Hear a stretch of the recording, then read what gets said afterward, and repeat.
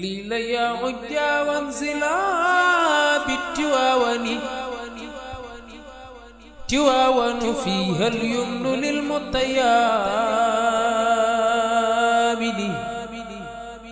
خليل يا عجا وانزلا بالتواون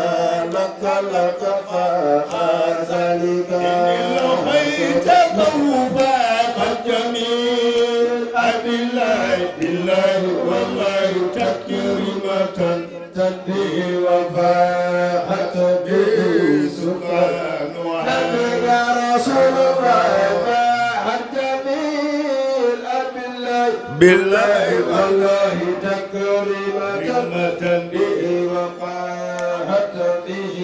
سكان إن لقيت توفاقت جميع بالله أمينة يا النبي به وفاحت به سكان يا رسول الله فاحت جميع بالله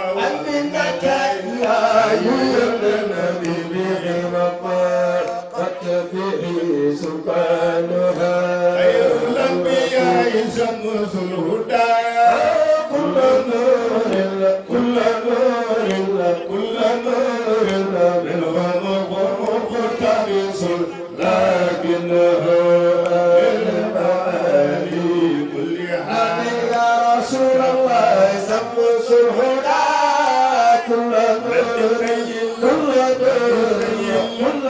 بحق القلب متخلص لكنه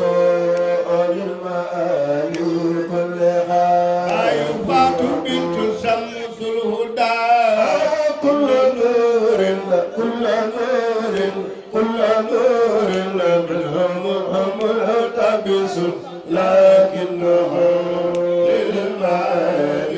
كل حال يا رسول الله سمس الحدى كل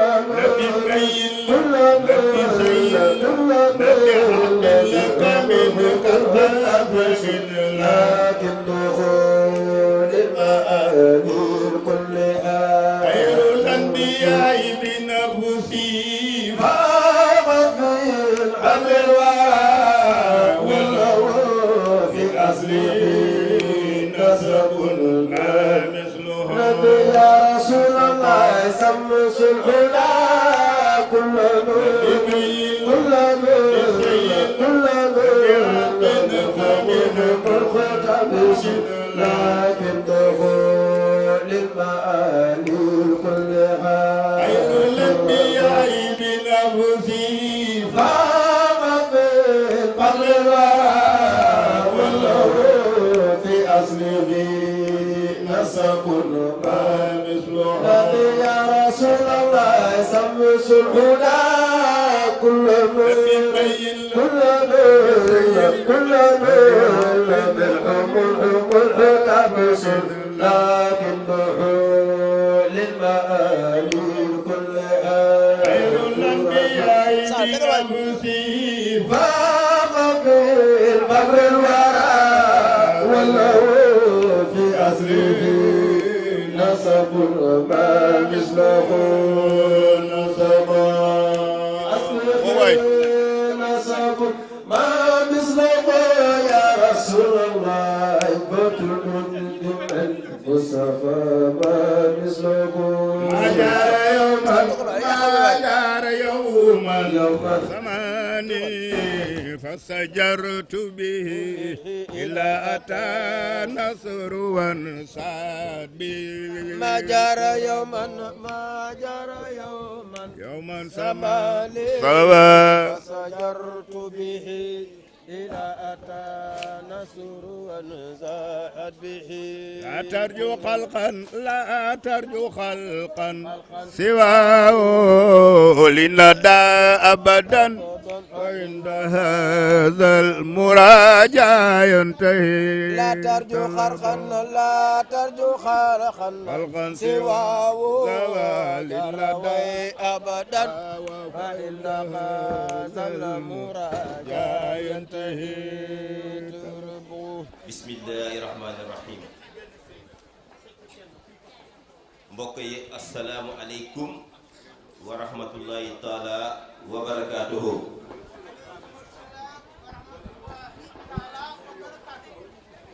ñu fas yéene tàmbali cérémonie officielle bi bu gàmmu Ndangu Nord ak quartier yi ko wër laata ñuy tàmbali dañu fas yéene ubbee ak ñaan ñu war a jox imam ratib El Hadji Yabandoy kàddu gi ngir ñu dawal yéene ñaan boobu ñu tudda léegi imam bismillah. alhamdulillah alhamdulillahi rabbil alamin alhamdulillahi wahidul ahad faradu samad allazi la yusharikuhu ahad fi khidamihi azali hadimun hada li awliyaihi dar naim wa akram fiha nasra wajhihi alkarim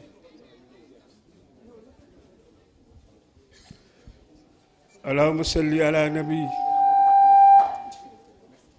عبدك ورسولك محمد المختار صاحب المعجزات والأسرار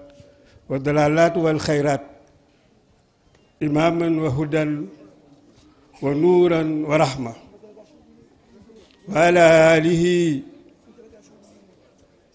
الأخيار وأصحابه الأبرار المؤجرين والأنصار وتابهم وتابعهم بإحسان إلى يوم الدين وبعد السلام عليكم ورحمة الله ñu ngi nuyu ñëpp ñaan gi nag ñaan gu gàtt la waaye te maa nga ngëneeli àddina ak àllaaxira kon nu ngi dogal ñu ñëpp nu bokk jàng fatiha salaatal fatihi bismillah أعوذ بالله من الشيطان الرجيم بسم الله الرحمن الرحيم الحمد لله رب العالمين الرحمن الرحيم مالك يوم الدين إياك نعبد وإياك نستعين اهدنا الصراط المستقيم صراط الذين أنعمت عليهم غير المغضوب عليهم ولا الضالين آمين اللهم صل على سيدنا محمد الفاتح لما أغلق والخاتم لما سبق الناس أخباق والهادي إلى صراطك المستقيم وعلى آله حق قدره ومقداره العظيم lii nag ñu ëmb ko jotaay bi yëpp daa noonu ko yàlla nangul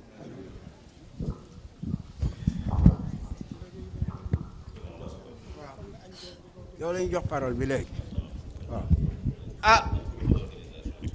waaw léegi nag bi nu sante yàlla julli ci rasulillahi sallallahu alayhi wa sallam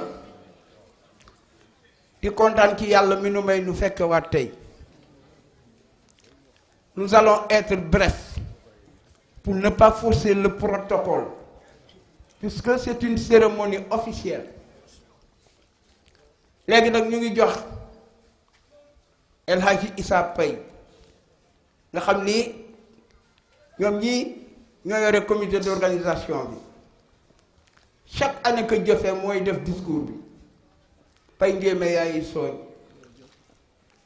damaa wax ne Maguette Ndoye la sa yaay tudd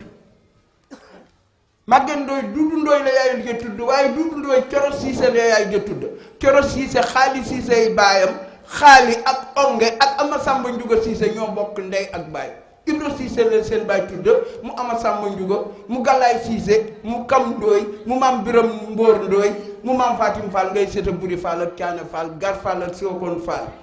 Vous avez la parole. Ndiobu Baye Malamine Ndoye, tu ne faisais pas l'école buissonnière comme moi. Issa, vous avez la parole. merci jërëjëf yal na yàlla fay la dafa lonk ñu doxale ko noonu rek mu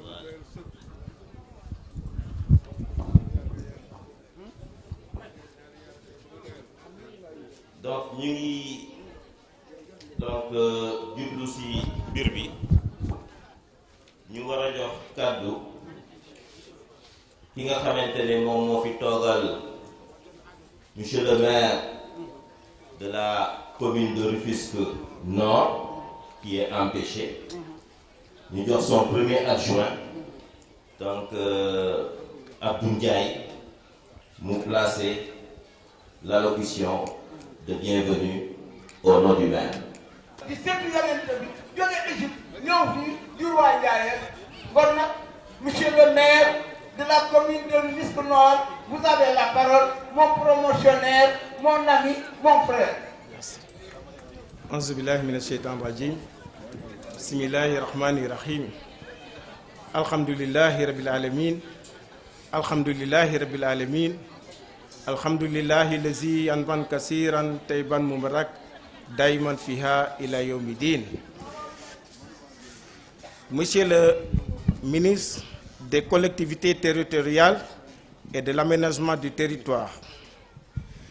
Monsieur le président du conseil départemental ou son représentant,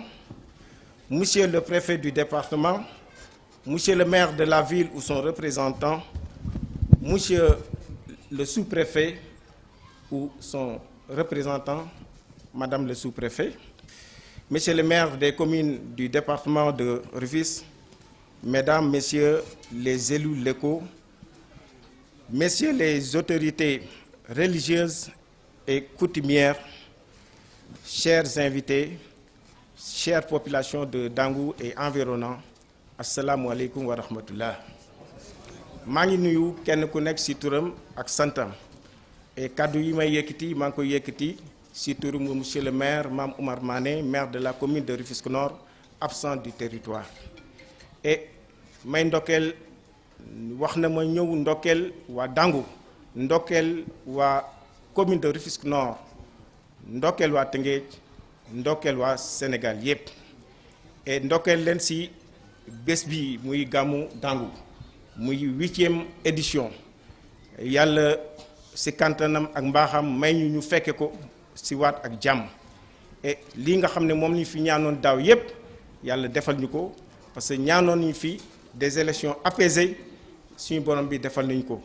ñaanoon nañu aussi que le président Macky Sall ñu falaat ko au premier tour yàlla defal nañu ko yàlla tamit aussi defalaat nañu tamit aussi suñu ministres yi nga xam ne ñoo fi nekkoon tamit aussi ci jamono boobu tamit aussi yàlla def tamit aussi le président de la République renouveler encore seen confiance donc vraiment monsieur le ministre Oumar Gueye monsieur le ministre d'État Ismaïla Madior Fall ñu ngi leen di ndokkeel ci fal bi di leen ñaanal yàlla charge bi nga xam ne moom la leen monsieur le président de la République teg seen kaw yàlla ngeen ko matale ak jàmm et moom tamit aussi yàlla na ko yàlla bàyyi aussi ci sagom bàyyi ko def ko ci réew mi yépp def ci jàmm def fi sutura ba nga xam ne mission yi nga xam ne moom la assigné gouvernement bi ñu mun koy yeggali ci jàmm et ñu ngi leen di sant bu baax ci turu maire ñu ngi leen di sant bu baax ci turu waa Dangu di gërëmaat waa Dangu ci liggéey bi nga xam ne liggéey bu rafet bi nga xam ne ñu ngi koy def te mu nekk 8e édition et yàlla def ñu boole xol yépp ci jàmm parce que jàmm rek moo mun lii yàlla nañu ko yàlla dollil te li ñuy def nii yàlla nañu ci yàlla saxal mais ci ay martaba yu kawe et waxoon ni ma tamit aussi parce que man naa wax ne yor naa fi ñaari titre parce que ci dëkk bi laa dëkk yàlla moo def loolu et ci commune bi laa fi nekk tamit aussi le premier adjoint au maire de la commune de Rufisque Nord et comme aussi autorités yi ni ñu ko xamee fii amoon nañu fi tamit ay quelques doléances yoo xam ne aussi dañ koy renouveler waat comme chaque année ni ñu ko doon def premièrement mooy que réeréwu leen mbir que l'ASC Lébou gi am na fi benn différence sur un problème foncier muy terrain Lébou gi et boobu ak léegi at yu bari ñu ngi ci dox le ministre Ismaïla Madior Fall recevoir ñu fi daaw ak délégation Dangu bi yëpp ñu dem ci moom ñi ko jiite woon ñëpp ñu ngi fi président ASC bi mun naa ci wax madame Aïta Diagne mu ngi nii toog ak ñeneen ak ñeneen ñoo xam ne bokkoon nañu ci délégation bi et bi ñu demee tamit aussi def na ci ay jéego yu rëy a rëy yoo xam ne ba fi mu nekk nii suspendre nañu bail bi et léegi nag waa Dangu li ñu ci bëgg mooy que terrain bi ñu delluwaat leen ko ni nga xam ne noonu ñu ko doon utiliser depuis alors ça fait 60 ans ñu koy utiliser loolu bokk na ci doléance principale yoo xam ne et waa Dangu yi jooytu nii ko jooytu nii tamit aussi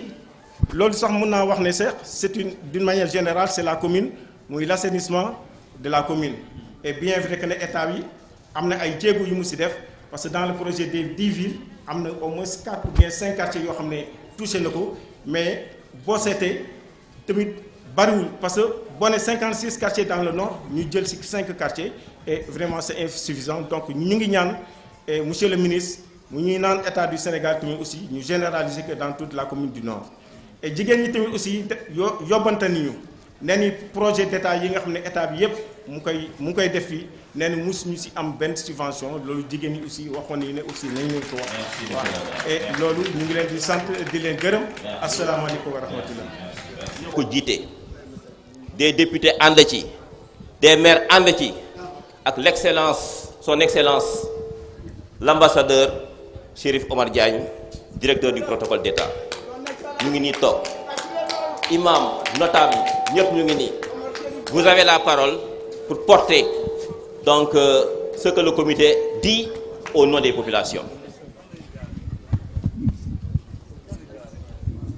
أعوذ بالله من الشيطان الرجيم بسم الله الرحمن الرحيم وصلى الله على سيدنا محمد خير خلق الله وعلى آله وأصحابه أجمعين السلام عليكم ورحمة الله تعالى وبركاته. Permettez-moi de m'adresser à nos chères autorités et invités parmi nous. Chères autorités religieuses, étatiques, coutumières, culturelles, cultuelles et politiques, entre autres, Dangu et ses quartiers voisins vous souhaitent la bienvenue sur cette terre ancestrale vieille de 115 années. Et par le biais du comité d'organisation du Grand Gamou annuel de Dangu.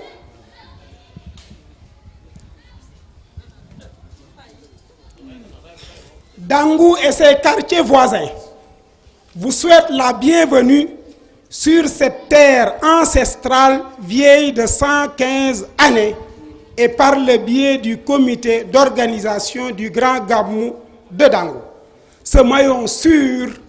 englobant toutes les valeurs de cet espace rayonnant. Cet événement de grande envergure, maintenant ancré à jamais dans l'agenda régional, voire national, des événements religieusement adoptés et adaptés en islam. Nous voilà devant cette manifestation qui trahit le quartier et ses environs. Je me répète, nous voilà devant cette manifestation qui trahit le quartier et ses environs, car l'affection, toute cette affection tant cachée est à découvert à présent. Voilà pour une 8e édition qui voit le 7e parrainage du président de la République, M. Macky Sall. Le comité l'a bien mûri. Ce quartier a naturellement, depuis sa création, abrité de pareilles organisations. Actualisées, ces organisations changent de forme pour devenir et rester pour toujours une seule. Une et une seule réunissant tout Dangou entre des objectifs variés, parmi lesquels raffermissement des liens d'entente et de solidarité et d'entraide pour une paix durable entre Dangois d'une part et leurs voisins d'autre part, sans oublier la jeunesse, surtout cette jeunesse en matière de sport telle que les navétanes. Nous ne saurions terminer sans rappeler le vœu du comité, son grand besoin de rencontrer son Excellence, Monsieur Macky Sall, président de la République du Sénégal. Le comité sent le besoin ardent de rencontrer le président de la République. 7e fois parrain de cette manifestation sur 8 éditions. Veuillez recevoir, chères autorités, veuillez recevoir, chers invités, toutes nos considérations. Nous ngi sant Yàlla di wax ne sànq Issa dafa ubbee lu tàmbali lu am solo mu ne état la ñuy recevoir Dangoog li ko wër kenn mënatu leen a defal lu ëpp loolu. ñu ne cérémonie officielle kon dafay nekk devoir ci ñun ñu am ay gestes am ay paroles am ay actions am même un calme boo xamante ne mooy rehausser ce caractère officiel. ñu ngi sant yàlla di julli ci yonent bi sallallahu alayhi wa sallam di ñaan yàlla barke bu fi taw yàlla na wëndeelu ci Sénégal ba kenn dootul jaaxle yàlla def ci réew mi jàmm gi nga xam ne moom lañ lalee lii yàlla na yàlla barkeel ko mottali ko ba Sénégal jëm ca kanam lu weesu suñu njort ak njortu président de la République ak mag ñi nga xamante ne du ñu des di ñaan te ñu ngi nekk ci seen biir néeg di toogal réew mi walhamdulillahi rabbil alamin.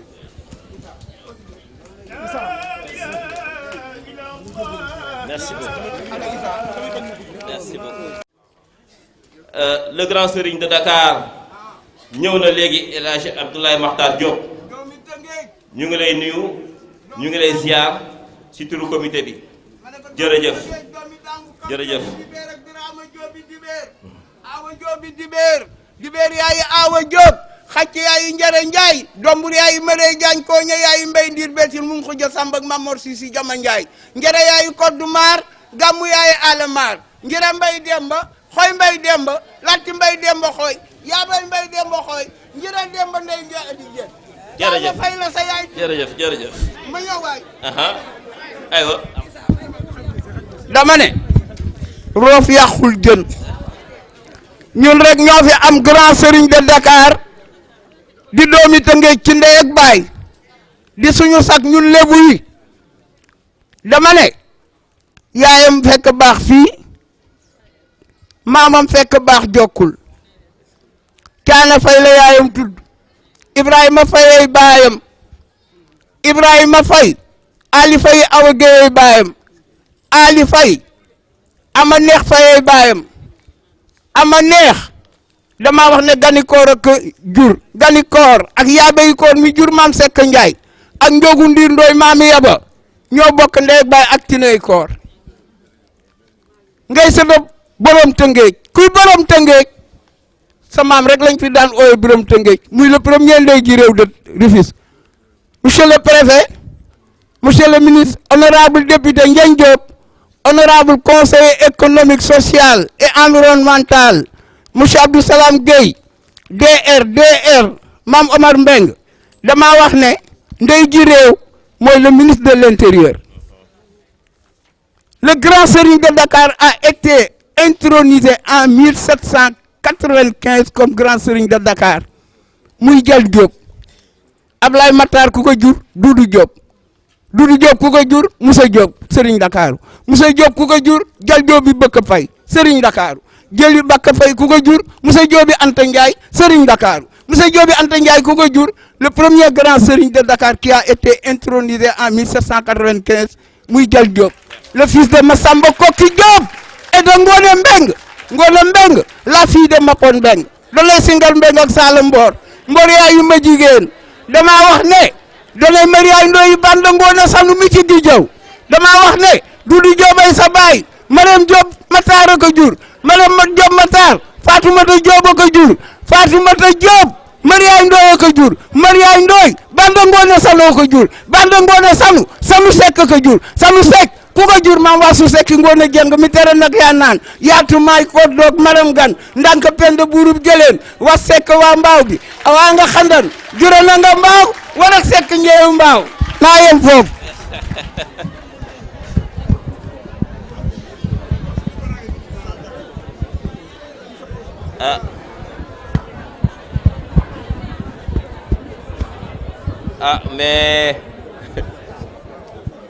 mais sëriñ xam naa dama naan sëriñ Mbasso dina naqaree eggali de kàddu gi si ñun ñi après yow li nga wax nii je crois que ça va être très difficile joxeel teraanga yi rek waaw. indi benn micro. benn micro. mbooloo mi honorable Abdou Salam Gueye conseiller économique, social et environnemental, secrétaire élu, coordonnateur de Rufisque Nord de l'APR, dafa wax ne dangu la dëkk aram yaayu Mogor Gueye njool borom njaakaan sa tëb amee sa géey ak sàmbale géey mi des ngaar ba ponu taw ñu ngaan ngoo ne ali sukk burum dog ku ma jigéenu songaan géey mam sàmbale géey mi des ngaar nee na lépp lu waa dangu def moom ngeen ko defal ne enveloppe bi le coordonnateur de l'APR de Rufisque Nord le conseiller économique social et environnemental secrétaire élu moo leen ko jox ak beneen bi andi nee na bii daaray Alsaan Njaay nga xam ni baamara ko ubbi tudde ko baayam mu ne moom saa yi ñëwee tàngu dina def participation ci daara yi ndax fi la ñuy sàkkoo xam-xam te dañu bëgg ëllëg suñu doom yi am xam-xam mën a jàng alxuraan nee na ngoon moom aajowul nee na saa yu duggee tàngu daal bu neexee yàgg na ci def participation kii moo ko jox baamar pour daara yi am joxal baamar ma ñëw Kora Fall l'ancien maire de Rufisque maire honoraire de Rufisque ancien député à l'Assemblée nationale ancien sénateur ancien conseiller économique moom it bii jox la ma nag jox naa ko ancien sénateur ancien président de la jeune chambre économique du Sénégal vice-président de l'Afrique et de l'océan Indien de la jeune chambre économique internationale sénateur de la jeune chambre internationale membre à vie seetam la yónni mu ngi ci délégation bi di Kora Joox doomam moo ko jur ñu tuddee ko ak rakkam Faali Fall ndecc Samb ndey joor Aminata yaayu Maram Xoy Samb njéeme Samb yaayu ñaaw njéeme Samb ñaaw xaagaan secrétaire mu ngi nekk secrétaire général de la 5e coordination du parti socialiste en 1980 83 mu nekk député départemental de Rufisque du parti socialiste 84 mu nekk maire lu nekk dégg na ko fi andi na fi biig nag Maodo Ngom saltige nag bu ngeen ko déggee c'est le ministre de la défense et des affaires mystiques ci république Lébu moom it yónnee na fi nag bii tekk ci loxo ay te jaañ man mii la ko jox ma jox ko suma doom mu indi ko nagu kooraay man lañ ko indi ba sama kër ma jox ko sama doom mu indi ko maam Jibril Ndooy di doomi dàngu mu dundooy mu Jibril Ndooy mu Malamin Ndooy mu Fannuur Ndooy mu njoogu ndiir ndooyi koor mbokk maamum gani koor maami Ablaye Matar Diop nee na Issa maam Jibril nee lu mu def ci dàngu xeeb na ko nee na kii 200 000 la waññam maam Jibril Ndooy leen ko jox mu duudu Ndooy Aram Fall nee na lu mu def ci dàngu xeeb dafa tukki nag waaye nee na bu fi nekkoon bu ëpp bu fi nekkoon ni teew Omar Mbène yi DRDR boo déggee DRR directeur régional du développement rural de Sédhiou muy Omar Mbène mu ngi ci kaw di xale bu baax léegi Ndoye Aram Sarr maa Ndoye Aram Sarr léegi mu ne Ndoye Aram Sarr koo ñu Ndoye Aram Sarr jërëjëf ngeen jóg monsieur le préfet, j'en profite de l'occasion pour vous remercier lors du décès de mon épouse kenn jiitu leen ko yow ngeen jóg yaa préfet ak Abdou Salam Gueye Abdou Ndiaye Jean maire su ma limee damay juum Tëngéej kenn desul département Tëngéej kenn desul li ngeen ma defal gis naa ko yal na leen yàlla fay ngeen baal ma àq jërë ngeen jëf. Le ministre Omar Gueye, le ministre conseiller Cheikh Mbacké Sakho, le ministre d'État Ismaïla Madior Fall, son excellence Chérif Oumar Diagne, ambassadeur, directeur du protocole des conférences et de la traduction au ministère des Affaires étrangères et des Sénégalais de l'extérieur, le député Seydou Diouf, le haut conseiller des collectivités territoriales Badara Mamaya Sène, le préfet du département de Rufisque, Serigne Babacar Thiam. Ndax lu tax ñu wax loolu gàmmu gi dañ ko inscrit ci agenda préfectoral yi et à chaque fois bu ñu waree jublu ci gàmmu gi disposition yëpp daf koy jël et là ñu ngi saluer donc l'engagement de son chef de protocole Maguette Ndiaye donc à chaque fois daf ñuy faciliter li nga xamante ne moom la ñuy liggéey jëme ci gàmmu gi. Le président du conseil départemental de Rufisque, Souleymane Ndoye, le maire de la ville de Rufisque, Daouda Niang, le maire de la commune de Rufisque Nord, Mame Omar Mané, représenté par Abdou Ndiaye, le maire de la commune de Rufisque Ouest, Alioune Mar, le maire de la commune de Rufisque Est, Boubacar Albendoy, le président du conseil d'administration Petrosen, Abdourahmane Seck Omer, le président du conseil d'administration, Doudou Maïssa Wade, il est présent dans la délégation, Moundiaye Cissé, directeur exécutif ENDA 3D, le ministre Sambossi, Seydi Ndaw, transitaire, directeur de société, Maguette Ndiaye, entrepreneur, Diougol Ndoye, entrepreneur, Mamadou Kora Fall bi nga xamante ne moom la El Hadji Bass wax léegi Mame Jibril Ndoye, Mame Baba Diakhaté, Maodo Ngom saltige,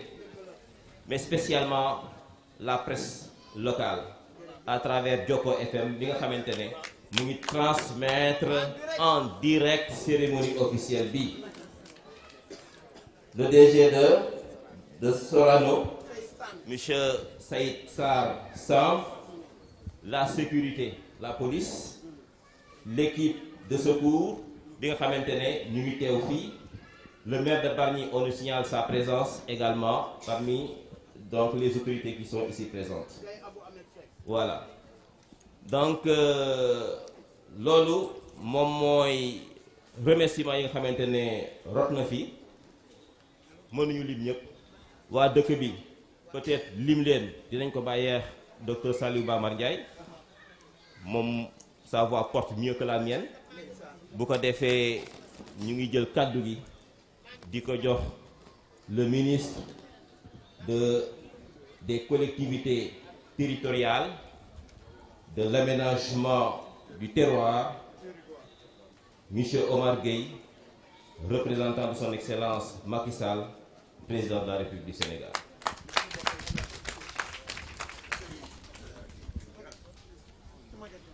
Voilà. Donc avant Monsieur le ministre di jël kàddu ñu jox notre frère Maguette Ndiaye la parole mu lim la délégation qui a accompagné le ministre. Merci.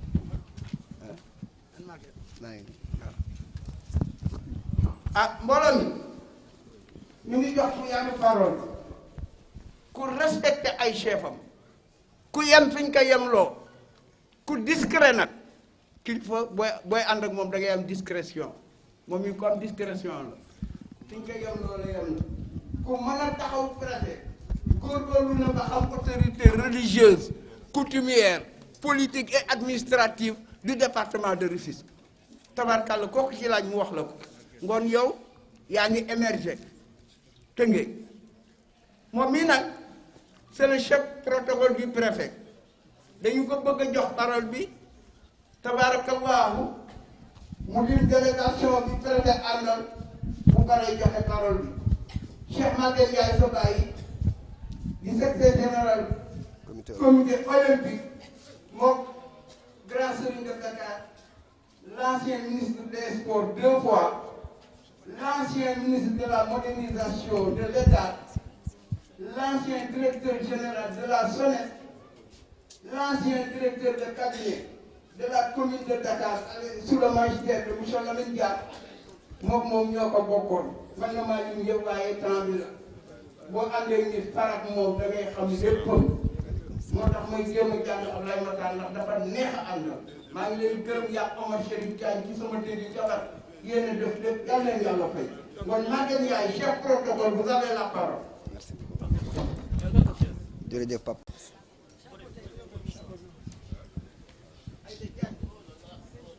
Fasse une préposition. C'est bon, hein? Merci. Jërëjëf Pape Mbassi. A'uuzu billahi mina shaytaani rajiim.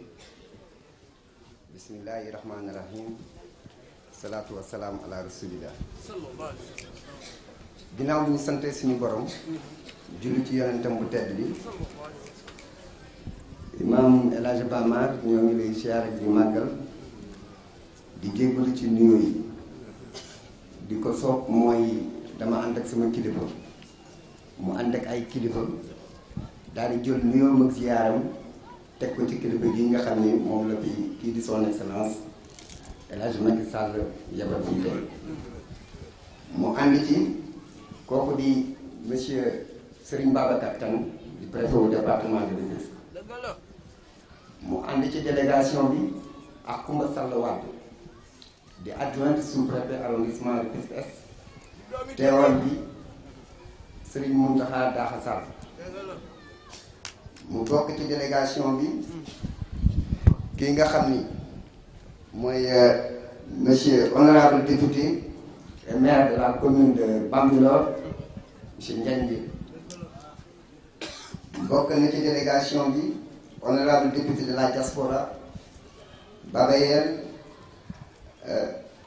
Babayel Sow Demba Babayel Sow ñu ànd teg seen jigéen di honorable député Adama Kadam bu yéen mu ànd ci délégation bi ki nga xam ni moo fi teewal honorable député et président du conseil départemental de Rufisque monsieur Souleymane Ndoye ki nga xam ni di honorable député Ouleye Diaw moo ko fi teewal ci délégation ñu teg ci ki nga xam ni mooy Doudou Meissa Wade di PCA du pôle urbain de Lac Rose te du jot mu ànd ci ak délégation bi kay Abou Ahmad Seck du maire de la commune de Bargny ñu ànd ci ak monsieur Abdou Ndiaye du premier adjoint au maire de la commune de Rufisque Nord teewal fi Mamou Oumar Mané empêché à la tête d'une très forte délégation que je reviendrai tout à l'heure bokk na toujours ci délégation bi monsieur Ibrahima Ndoye du deuxième adjoint au maire de la commune de Tivaouane Peulh en compagnie de monsieur Mamadou Diop premier adjoint au maire de la commune de Sangalkam à la tête d'une très forte délégation moom ñu jukki ci tuuti rek ci ñoom bokk na toujours ci délégation bi kii di monsieur Mbaye Seck di directeur administratif et financier du groupe de la Poste bokk na ci délégation bi monsieur Ibrahima Thiam di directeur des études de l'école nationale des formations maritimes bokk na toujours ci délégation bi monsieur El Hadj Amadou Samb du deuxième adjoint au maire de la commune de Bambilor bokk na toujours ci délégation bi monsieur Ndiouga Niass du quatrième adjoint au maire de la commune de Rufisque Nord bokk na it ci délégation bi imam El Hadj Amadou Ndiaye du conseil spécial du maire président de la commission des affaires chargées des affaires religieuses en compagnie de monsieur Magaye Sow du officier d'état civil de la commune de Rufisque Nord ñu jëkk ci toujours ci délégation bi rëy bi nga xam ne ñoo teertu gan yi Aïda Diagne di conseiller municipal bokk na toujours ci délégation bi monsieur Souka Diouf ànd ak le maire de la commune de Sangalkam du chef de village de Sangalkam bokk na toujours ci délégation bi monsieur Gana Ndoye du chef de cabinet du ministre en compagnie de l'attaché du cabinet monsieur Mohamed Diop ñi mooy ci ñi nga xam ne ñoo fi ñëw ànd ak monsieur le ministre donc monsieur le ministre vous avez la parole.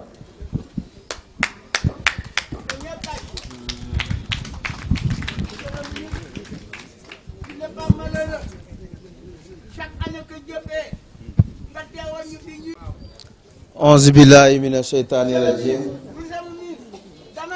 bismillahi rahmani rahim may ñu rek une minute dañu lay gërëm di la sant di la ñaanal yàlla alhamdulillahi responsable malheureux yàlla la yàlla rabbil alamin ginnaaw bi ñu musloo ci seytaane sant yàlla bu baax julli ci yonante bi Muhammad sallallahu alayhi wa sallam sangu yi ñu ngi yëkkati suñu kàddu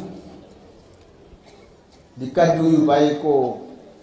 ci borom réew mi di son excellence monsieur Macky Sall président de la République du Sénégal mu yónni ñu fii ak délégation bi nga xam ni lim nañ ko léegi ci 8e édition bu gàmmu bi nga xam ni at mu jot ci waxtu wi ñu def ko fii ci Ndam wax ngeen ko juróom-ñetteelu édition mais juróom-ñaar yépp président Macky Sall ngeen ko dara jaale loolu président ci wàllu boppam xam na ko yëg na ko moo tax at mu jot mu yónni fi délégation pour ñu teewal ko fi te xam naa ni bu ko agendaam mayoon moom ci boppam mooy dellu si fii ñëw teew président wax ni mi ngi nuyu kilifa diine ak kilifa aada yi fi teew yépp di nuyu bu baax imam Bamar Ndiaye ci taxawaayam ci pastéefam ak ci dëggum di nuyu imam ratib Yaba Ndoye di ko gërëm moom it di ko sant di nuyu imam Ibrahima Ndiaye ak imam Amadou Ndiaye di leen gërëm di leen sant di nuyu tamit ki nga xam ni suñu mag la suñu lépp la suñu mbokk la di grand serigne de Dakar El Hadj Makhtar Diop grand serigne di vice-président assemblée national Abdoulaye Diop Makhtar président ñu ngi lay nuyu ñu ngi lay gërëm ñu ngi lay sant di rafetlu sa taxawaay ak ni nga taxawee ci wetam di yóbbante nuyu également ñaar ñoo xam ni at mu jot ñu ànd ak ñoom fii te seeni activité moo tax teewuñu muy suñu frère suñu xarit le ministre d'État Ismaïla Madior Fall ak suñu xarit suñu frère l'honorable député Souleymane Ndoye président du conseil départemental nekk fële ca Abuja en mission ñoom it ñu ngi leen di jox suñu nuyoo bopp ak nuyoo président Macky Sall di wax ni président nee na bu ñu ñëwee fii ñu sant leen bu baax a baax a baax waa Dangu ak waa Tëngéej ndax wax ngeen ko léegi ñu ngi jóge ci ay jongante bu yàggul jongante yu am solo mooy ñu tànn président de la république war ko falaat président de wax na ni ci tànneef boobu de Tëngéej kenn demul mu des ginnaaw kenn demul mu des ginnaaw gis nañu ni de imam Baba bi waxtu woowu jotee Tëngéej dafa takku bu baax a baax jàppale ko ba fal ko moom ci boppam président au premier tour ni ko sénégalais bi fal kon loolu ñu leen di jaajëfal bu baax a baax a baax loolu nag nee na xam na lu tax ngeen def da ngeen jàngat d'abord juróom-ñaari at yi mu fi nekk ak effort yi nga xam ni wax dëgg yàlla def na ko ngir Sénégal avancé daaw bi ñu fi ñëwee daaw jéeg bi ñu fi ñëwee daawaati jéeg bi ñu fi ñëwee ñu ngi doon waxtaan ak yéen ci wàllu plan Sénégal émergent di leen wax fi ci président toll di leen wax lim ci def à travers ñetti aksam yooyu nga xam ni xawma benn bërëb de wante waa Tëngéej xam nañu ñetti axe yooyu muy transformation structurelle de l'économie vers une croissance inclusive muy axe 1 muy capital humain protection sociale développement durable di axe 2 muy gouvernance institution paix et sécurité di axe 3 yooyu yépp de président góorgóorlu na ci wàllu mbay mi ci wàllu càmm gi ci wàllu napp gi ci wàllu infrastructure ci wàllu énergie ci wàllu filets sociaux yi tels que le PUDC le Promoville le PUMA les bourses de sécurité familiale la délégation à l'entrepreneuriat rapide la couverture maladie universelle ak yeneen yooyu yépp mu góorgóorlu teg ko ci gouvernance bu baax ak ay institutions yu dëgër ngir Sénégal foo dem ci bitim réew ak ci biir réew mi ñu respecté ko mu jël ci suñu département gox bu ñuy wax Diamniadio expérimenté fi le pôle urbain de Diamniadio ñu gis li mu indi fii ba ku ñëw ci Sénégal boo ñëwee Diamniadio naaw ñu boo ñëwee ci sphère ministère yi naaw ñu boo demee SICAD naw ñu boo demee gare des gros porteurs nga naw ñu boo demee pôle industriel bi nga naw ñu ak yeneen di arena ak stade bu bees bu mu fa war a def bu 50 000 places ndax en 2022 Sénégal mooy abriter les Jeux olympiques de la jeunesse yooyu président def na ko fi wax ngeen nag assainissement waaw loolu dafa tàmbali ndax fukki dëkk yi mu jàpp pour lancer programme d'assainissement des 10 villes bokk na ci Tëngéej mu tàmbali ko nag pareegul tàmbali boo gis nag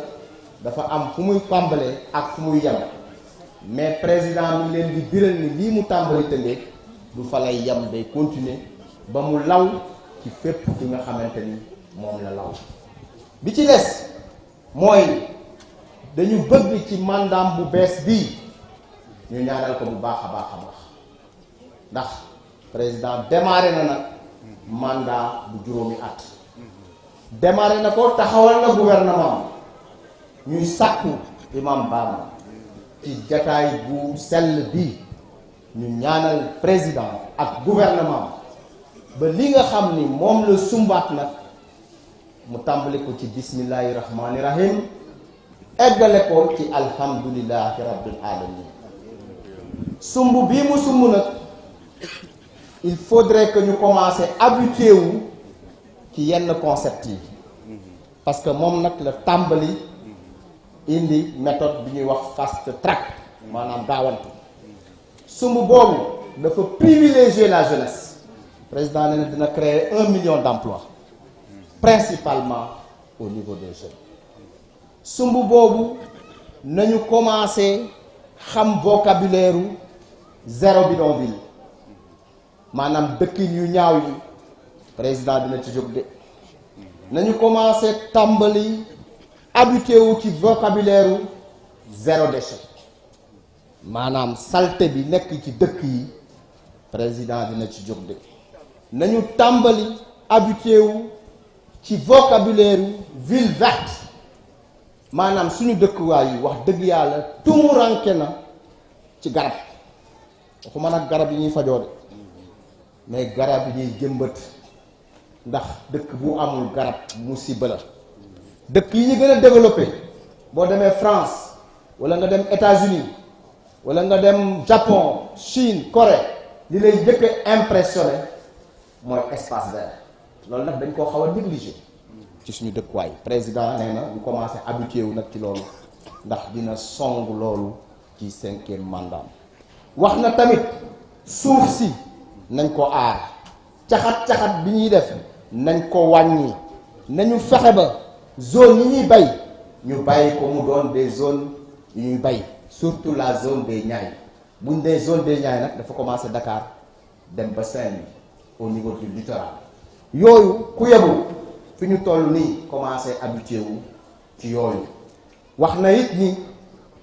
Sénégal numérique jublu na ci maanaam réew yu développé yëpp instrument yi ñu yor moo xam ay téléphone portable moo xam yeneen xeet Sénégal faaw mu jublu ci loolu nag maîtriser ko ba mu doon ay outils de développement loolu la tàmbalee ci gouvernement bi nga xam ni teg na ko ñu koy gërëm nag moom président loolu suñuy kàddu la di leen ñaan ngeen gërëmal ñu ko ndax bu dee dafay tànn ay ministre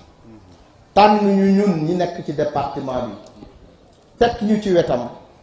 ñun dinañ ko gërëm dinañ ko sant wante yéen it di suñuy mbokk di suñuy am di jàmm na ngeen ñu ko gërëmal santal ñu ko xamal ko ni li mu ñu defal fii ci département Tëngéej yëg na ko loolu mooy li nga xam ni moom la ñu amoon pour di ko wax di ñaan yàlla may ñu wér ak gudd fan ñun ñëpp ba ñun ñëpp ñu fekkewaat déwén fii ci jataay bi kenn bañ a manqué ñu continuer di mener suñu activité Sénégal jàmm rek am fi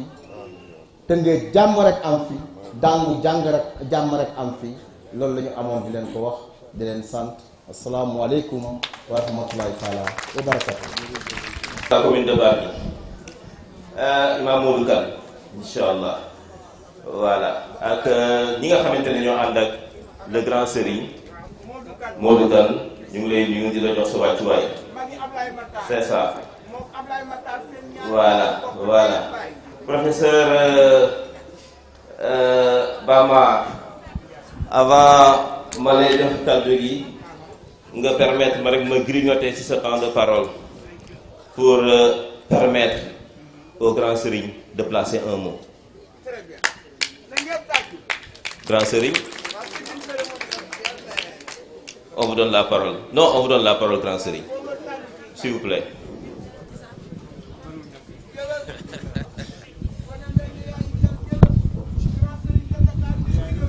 A'uuzu billahi mina shaytaani rajiim. Bismillahi rahmaani rahiim. Alhamdulillahi rabbil aalamiin. Wassalaatu wassalaamu ala rasulillahi wa ala alihi wa sahbihi wa xulafaihi wa man tabi'ahum bi ihsaan ila yawmi diin. Assalaamu aleykum samay mbokki bopp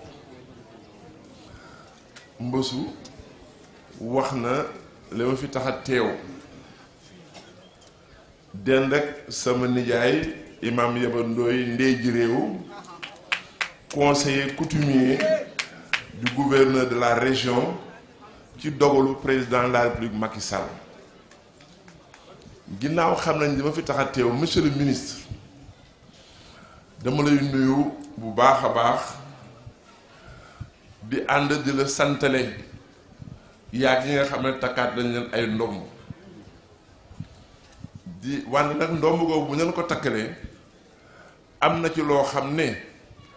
kenn ku nekk sa xel mën na koo daj li ci des ginnaaw dogal suñu borom ci coobare le président li suñu xel mën a daj jëm ci yéen mooy li lébu yi di olof yi lépp ne xer bu ndamee sàqet da ciy sës rëkk loolu boo ko firee mooy buñ la dénkee liggéey te liggéey boobu làmb ay doomu aadama fu ñu mënti nekk ci lu ñu mën a nekk da ngay nekk seen wet te loolu gis nañ ko ci yow yaag ñu ngi àndal ñëpp ci délégation bi kon ñu ngi koy rafetlu tey doy na ci firnde ci li ñu yëkkati at mu jot nga ñëw ànd ak ñi nga àndal bi ci des mooy man sama wàllu bopp ci li ñu nàmpatal rek ci la ñuy des rakk topp mag doom topp bàyyi soo gisee ma mel ni kuy gàntu man su ma ñëwee samay mbokk naka jekk ndomb gu ma ràngoo rek li ko tiim mooy deret yu ñu séq ministre wax na ko vice président assemblée Serigne Ndakaaru wante li mbës wax mooy dëgg bi Ndakaaru dee Ndakaaru ba léegi Serigne Ndakaaru ngi door a bokk Tëngéej muy Ablaye Diop Makhtar mi toog kon bu ñu fi ñëwee suñu waru gar la ci biir ngërëm loolu tamit dañuy wax ne ba Alaaji Bamar Njaay mi tamit suñu sak la ci li muy def wante yi tamit nag tànt bi tamit sak la ci biir lébu gi ndax suñu aada ak lislaam ci biir lislaam bi nag ak tariixa bi lébu gi dafa ràbbaloo ak diine ràbbaloo ak tariixa bi ci lu ci bari kon su yàlla defee ñu am ñoo xam ne am nañ bii taxawaay ci ay mag ci ay ndaw ci ay jigéen def ko itte am ci passif ba muy mel nii ñun daal ñoo ngi ci kàddu di leen gërëm li ko waral nag mooy lii may tëje lébu yi dañu wax ne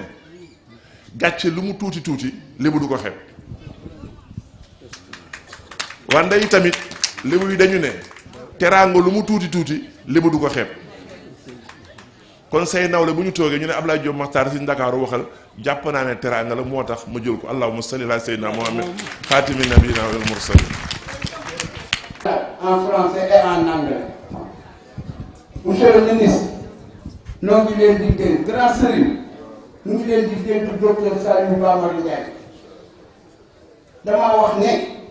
traducteur la te li ci kaw dafa li mu yenu dafa diis mu bëgg na yaa bañ ko wax te téye la grand sëriñ laa koon ñaakoon faakoon yurgi yëpp benn baasa jalaaw baasa ngor yëpp benn wat gaale yëgoo doom topp bàyyi rakka topp mag yërëm ay rakam wala la constitution lépp ñu ngi jox nag sëdëb gani koor ak yaagayi koor ak ñoobu ndir looyi koor ak finay kooru looy moo ko Ablaye Makhtar seen ñetti maam bokk ndey bàyyi ak yaro koor ndooy ak Kine Ndoye ak Ndiogu Ndir Ndoye ak yaagay ñooñu Demba Tuut Ndoye la seen baay tuut waaye Koor Ndoye la seen yaay Demba Tuut Ndoye damaa wax ne Jooga Njere Ndoye la ko jur Jooga Njere Ndoye Mama Samba Ndoye njëngi Fatima bi surtout ma yaxalaat baay borom Ndoye ma ñaaw Ndoye baay borom Ndoye baay borom taaw surtout Mama Samba Ndoye borom jege Moori Ndoye dégg Ndoye bàyyi Samar Ndoye dara tax ngay liisu yaay yi Samar Ndoye damay sekk Njaay ak man ma Njaay Ngoone Abu Demba bàyyi maar kuy sa baay Alaaji Alsan Njaay imam ratib kuy baayam Alaaji Jibril Njaay imam ratib Alaaji Jibril Njaay kuy baayam Maam Sekk Njaay imam ratib Mam Seck Ndiaye kuy bàyyam ak Mam Ndiaye yi ndégg Jóob tafsir la ak Mam ndégg Jóob kuy maamam kuy bàyyam tafsir Maari Ndiaye tafsir Maari Ndiaye kuy bàyyam tafsir Iliman Onge Ndiaye tafsir Iliman Onge kuy bàyyam góor gi sanc jumaa yi Tëngéej en 1844 kookoy Mama Ndiaye Ngoone ànd ak Cheikh Omar Foutiyou Tall ak góor gi Sango Dieng ak góor gi Sangoone Diagne ñoom ñeent ñooñu ñoo samp la deuxième grande mosquée du Sénégal et la deuxième grande mosquée de l'Afrique de l'Ouest yàlla dogal tey nga di nga jiite sa maam Jibril Ndiaye jiite ko 1925 ba 1970 sa baay Iran Ndiaye jiite ko 7 ans ngoon danay Seck Ndiaye atumaan danga koo doon na ko yàlla la yàlla la fal set yaay sunu sat yàlla la yàlla sagal monsieur le ministre monsieur le député maire monsieur le grand serigne de Dakar monsieur le conseiller économique social et environnemental damaa wax ne Omar Chérif Diagne chef protocole du ministre des affaires étrangères ñu ngi leen di dénk Bamar jàppale leen ko bu ngeen ko jàppalee te ngeen jàppale seen bopp ngeen jàppale lépp gi ngeen jàppale Bamar la ñu am di remercier nag madame la dame de fer madame la dame de fer Aïta Diagne góor baax na jigéen baax na gaynde bi la yor la batante ñu ngi leen koy jël di xale bu baax di gaynde dàngu di jigéen waaye di takku ba mu dëgër ni ñu leen koy jël ngoon imam Bamar kaddu gaango docteur Bamar kaddu gaango jërëjëf. bismillahi rahmani rahim alhamdulillahi hamdan yaliqu bizatihi wa azamatihi wa sallallahu ala man ursila rahmatan lil alamin wa baad assalaamu aleykum wa rahmatullah. mbokki jullit yi fi teew yépp ñu ngi leen di nuyu bi gën a tedd ci nuyu yi di ko tàmbalee nag ci suñu kilifa ñun ñépp ndax dëkk boo dem danga fay fekk ay kilifa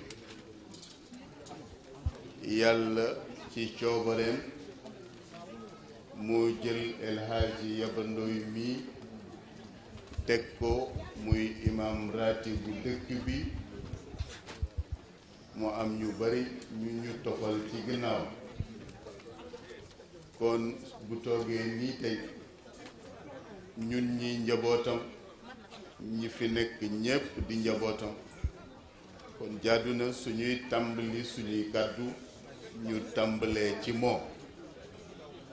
di wàcc ci nekk ñi ñu nekk ci gannaawam yépp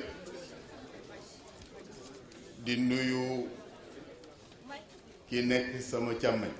di El Hadji Matar Diop di kilifa gu mag buñ dul présenté ti fenn waxatuma Sénégal encore moins fii ci dam yàlla defal ko li mu ko defal kon su ñëwee ci ay mbokkam war nañ koo teral ñu ngi lay wàcc sa wàccuwaay bu baax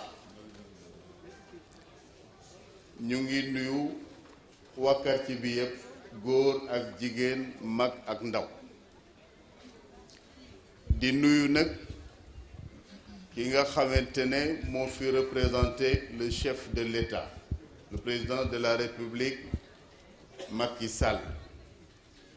muy monsieur le ministre El Hadji Omar Gueye mi toog yaakaar naa ne suñu ko nuyu nañu non seulement président de la République mi ko yebal mais ñépp ñi nga xamante ne ñoo ànd ak moom ci délégation bi ku ci nekk jox nañ la loxo wàcce la sa wàccuwaay ñu nuyu la bu baax sargal la bu baax ci turu quartier bi yëpp ci turu comité d'organisation bi mais ci turu imam di la wax ne suñu mbégte tey am na fu mu tàmbalee mais amul fu mu yem ñëw nga fii ba tey mais ñëw bi nga ñëw tey mosoo ko ñëw délégation bi nga àndal muy délégation bu rëy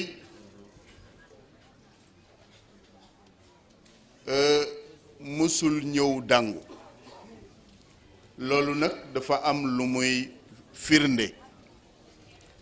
man dama lay suivre souvent li ngay wax ci président de la République ci ay réalisation yu mu def foo mën a dem ci Sénégal foo ko représenté te jël ci sa temps te doo ci am benn looy xalaat walla complexe loolu lu ñu gis la lu ñu mën a ferndeel la looloo tax jaaxaluñu mukk bi le président de la République jëlaatee boole waat la ci équipe bi nga xamante ne moo nar a saytu mbiru réew mi ñu ngi la ci félicité bu baax di la ñaanal yàlla bu baax sa kanam yàlla na leer sa gannaaw yàlla na leer man dafa am lu ma yëg bi ma la gisee nga dugg si gis nga ñu may ñu tuuti ñu wàññi kaddu yi ngir yàlla damay seetlu benn mbir bi nga duggee sànq xam nga lu ñaaw baaxul te am na ñoo xamante ne yàlla moo leen ko nattoo peut-être maanaam bëgguñu ñaari nit di ànd bëgguñu itam quartier bu nekk ci jàmm loolu moo am mais ma gis nga ànd ak sa frère ak sa xarit El Hadji Ndiagne Diop mais loolu kuy jiiti république di ut koy beddi motoo jox ndomb tànk dama ne kuy jiite république walla nga am ndomb tànk di ut koy boddi motoo jox ndomb tànk Sëriñ Abdou mooma masa wax ni ma soo tegee sa cin nga bëgg mu bax la ngay togg ñor sooy def matt muy saxaar nga rocci ko teg fee sa cin du ma sa ñor te loolu mooy dëgg kon esprit de dépassement il faut doomu aadama di ko am parce que loolu mooy grandeur te loolu la ñu gis say si yow moom la ñu gis ci El Hadji Ndiaye moo tax ngeen àndandoo duggandoo dugg bu rafet bi ngeen dugg fii ñépp saluer ñu ko tey ñun suñu gàmmu bu loolu rek amoon suñu gàmmu réussir na à 100%. lu tax alquran la lay indi yàlla moo wax ne innamal mu'minuuna ixwatun fa aslihu bayna axawaykum wattaqullaha la'allakum turhamun bu ngeen dajaloo yéen ci seen diggante moo xool leen mu rafet yàlla nee na doyal naa sëkk ci yéen te loolu moo am kon suñu gàmmu réussir bi waxuma délégation bi mais ni ngeen ñëwee moo rafet yàlla na leen yàlla fay yàlla na leen yàlla suturaat te di leen encourager nag ci loolu bu baax a baax a baax a baax mu nekk modèle et nekk exemple ci fépp sphère yépp nag moo xam quartier la moo xam faneen la moo xam faneen la il faut nit ñi di am esprit de dépassement di wax ju rafet di jëf ju baax suñu juumee ci ay wax walla ñu juum ci ay jëf ñu suturaalate loolu lañu lislaam sant looloo tax kat ñu tant bi parce que ki tax ñu tànt ko mooy Sayyiduna Muhammad sallallahu alayhi wa sallam. ay valeur am lañ fi nar a waxtaane, ay jaar-jaaram lañ fi war a waxtaane. kon ñun ñëpp dañu war a góorgóorlu ba li nga xamante ni moom la indi ci ay enseignement te yàlla xam na ne li mu indi ci ay enseignement warawul trop ak li nga xamante ne moom la mag ñi daan doxal. loolu la ñu bëgg. Monsieur le ministre, ñu ngi lay wax ne la quartier yi nga xamante ne ñoo wër Dangu yëpp foo dem ñu ngay togg ñu ngay yàq parce que dañu fédéré ñëpp. amul kenn ku ñuy boddi, du murit du laayeen du xaadir du ku bokk feneen. chrétien sax bu ko neexee mu ñu bokk ci gàmmu. mais noonu la ñuy doxale réew, noonu la ñuy doxale quartier di waxtaan. ñoom ñépp ànd nañu nekk benn. pourquoi? parce que fi nga xamante ne fa la ñu aju muy Tiwaawan ci li ëpp, ndax ci kër diine yépp ñoo ñu jaboote, mais ci li ëpp foofa lan lañu fa nemmeeku, dañu nemmeeku ne ñoom barrière bu mas a am foofu dañ ko dindi sànni fële. ñépp ànd nekk benn. loolu la ñuy véhiculer fu nekk ba ku leen bëgg dimbali ci loolu ngay taxaw suba, ci loolu ngay taxaw ngoon. mais président de la république aussi ku ko bëgg dimbali ci loolu ngay taxaw suba, ci loolu ngay taxaw ngoon. mooy nit ñi nga fédéré leen ñu am jàmm, noppi commencé nag di liggéey. Sëriñ Abdou waxoon na ma benn jour mu ne ma man dama doon ñaan yàlla rek ñu toog benn weer boo xamante ne kenn du wax Sénégal. ñun ñëpp ñu noppi ku nekk rek di liggéey rek. nee na suñ ko defoon résultat bi lu rëy lay doon. mais yaakaar naa ne jalon yi nga xamante ne président de la république teg na ko fan yi passé wane na fi mu nar a jëme réew mi. kon ñun ñëpp amel nañ ko sant, amel nañ ko ngërëm, mais yaakaar nag yaakaar ju rëy pour mu yeggali mission bi nga xamante ne moom la Sénégal di xaar ci moom. kenn déggatu fi xiiroo ak ngaayoo ci benn tarixa wala beneen tarixa. président de la république moo ko fi def. wallahi ñëpp la yemal. ku xewle ci diine mu yebal délégation wala moom si boppam mu ñëw fanaan. te bu jëkkoon leneen la woon. mais loolu mooy kilifa, noonu la ñuy yore rek. ñu ngi koy sant bu baax di ko féliciter di ko wax nag ni ko El Hadj Mame Alassane wax na ko sànq ci waxam. di ko wax ne ko ñun ci njaboot yi lañ bokk, bëgg nañoo sentir suñu bopp ci mbir yi. junj nañu ko benn budul ñaar. monsieur le ministre, yow mii lañ koy jox, yow lañ koy dénk. xam nañ ne sa kilifa fa ngay jaar ak moom ba loola réaliser wu yow xam nga ko bu baax. du ma tudd ay tur, du ma wax leen li ñu bëgg xam nga ko. loolu nañ ci taxaw ngir yàlla ak yonent bi ba Dangu ak li ko wër yépp ni ñu delloo njukkal président de la république delloo leen moom tam njukkal. bala maa jeexal sama kàddu maa ngi wax benn affaire boo xamante ne préfet bu fi mës a ñëw wax naa la lu ma ñor la lool. wax naa que commission bi yoree jumaa ji ma ne gis nga souvent bu ñuy créer ay ville xam nga lan la ñuy gën a fàtte armée. kenn du xalaat armée, mais ce n'est pas normal. ville bu ñu war a créer ak quartier bu ñu war a créer mais dañu war a xalaat armée yoo xamante ne dañ fay suul doomu aadama yi. xalaxal mawta wal xayaata ku bëggul alxuraan bu ko jàng. yàlla moo bind dund moo bind dee. mais lépp la ñuy xalaat lépp ba mu des ay armeel. si bien que armeel yi benn armeel bu nekkee ci benn koñ day fees dell ba dootuñu am fu ñu suul. loolu c'est extrêmement grave et je pense que yéen ñi nga xam ne yéenay autorités yi il faut ñu wax leen que ba ngeen dégg ko parce que loolu mooy suñu devoir. buñ ko waxulee bu ñu tëddee du ñu nelaw. monsieur le ministre, xam nañ ne da nga jàpp, xam nañ ne ay soxlaa lay xaar. sa yar ak sa teggin moo tax nga toog fii, mais wóor na mu wóor yàlla ne am na feneen fu ñu lay xaar. loolu encore motivation de remerciement la bu ñu war a delloowaat ci yow. ñu ngi la siy santaat di la ci gërëm di la baalu ak ci toogaay bu yàgg bi di sant di gërëm képp ku fi ñëw képp ku fi ñëw nag na ñu wóor ne yàlla ak yonent bi gis nañ la te loolu moo am fayda parce que fii nii ñu toog malaaka yaa ngi ñuy photographier di ñu wan suñu borom subhanahu wa taala ñu ne leen la ñuy def dañuy préparer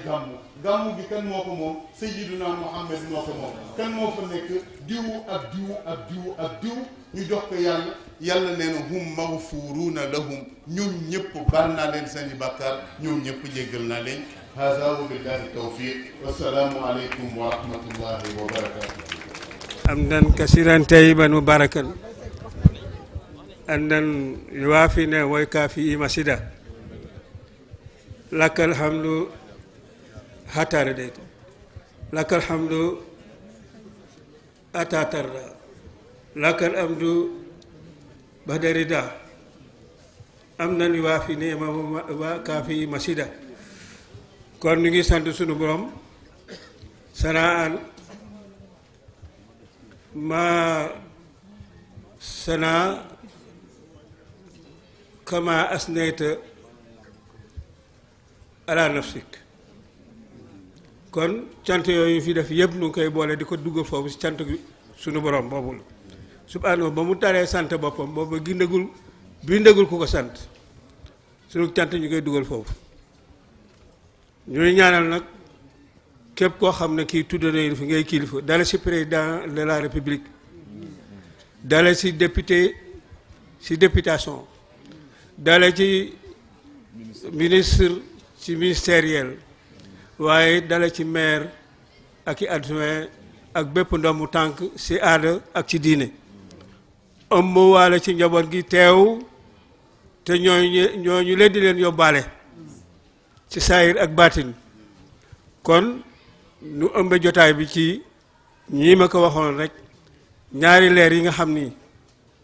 ñu ngi ko tuddee ca arash alkansu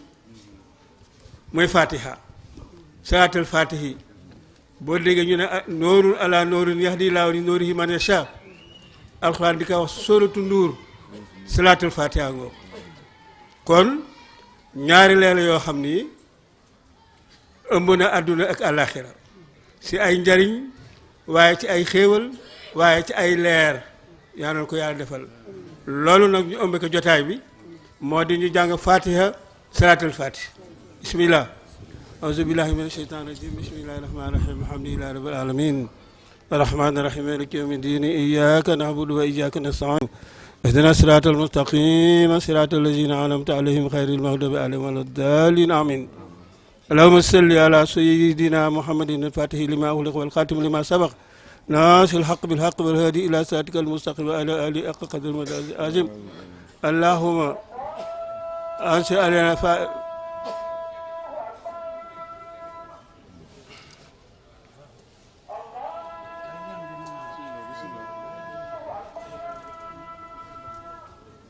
قليلا يا عجا وانزلا